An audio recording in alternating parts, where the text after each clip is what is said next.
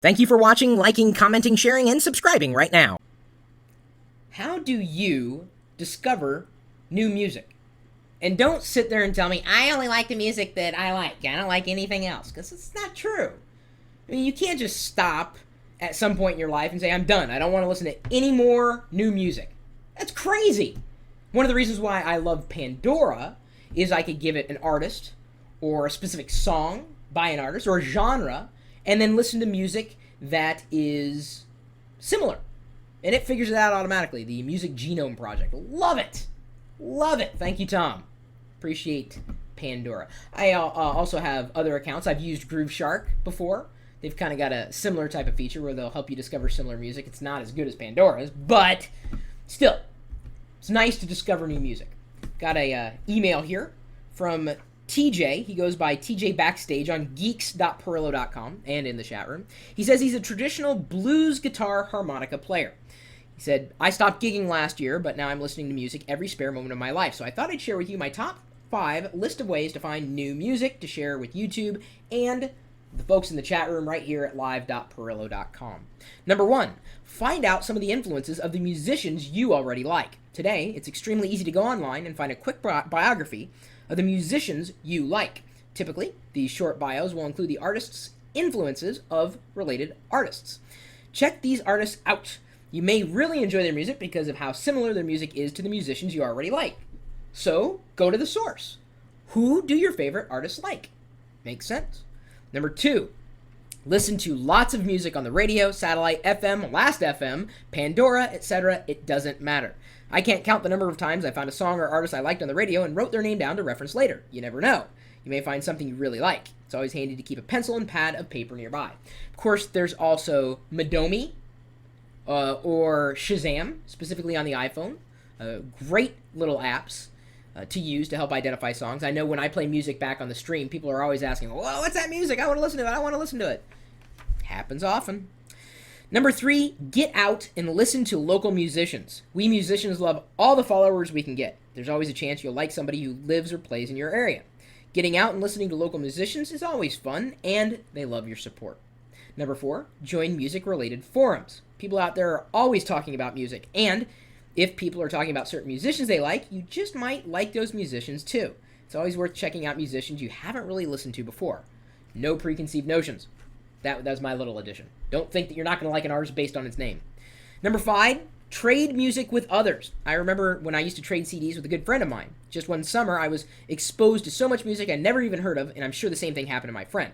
People wouldn't just give you or refer you to music you probably wouldn't like. Just give it a shot. He says, anyway, do whatever you want with this list. I go by it every day, and it's helped me expand my music library from, at one point, 100 songs to now well over 5,000. Just thought this would be something nice to pass along. Indeed. In fact, when I was in college, I met someone online, and we weren't like boyfriend, girlfriend or anything, but she sent me the tape, a cassette tape she had dubbed from Moxie Früvous' first album, Bargainville, and I listened to that thing until I swear it wore out. And from that day forward, I've been a Moxie Früvous fan.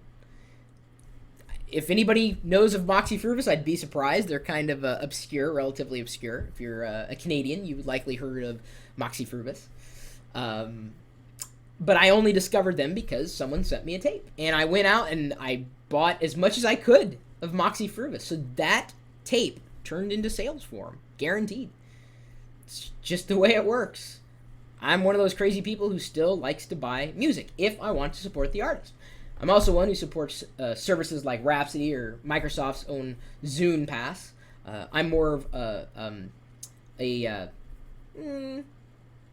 eclectic collector of music and sounds.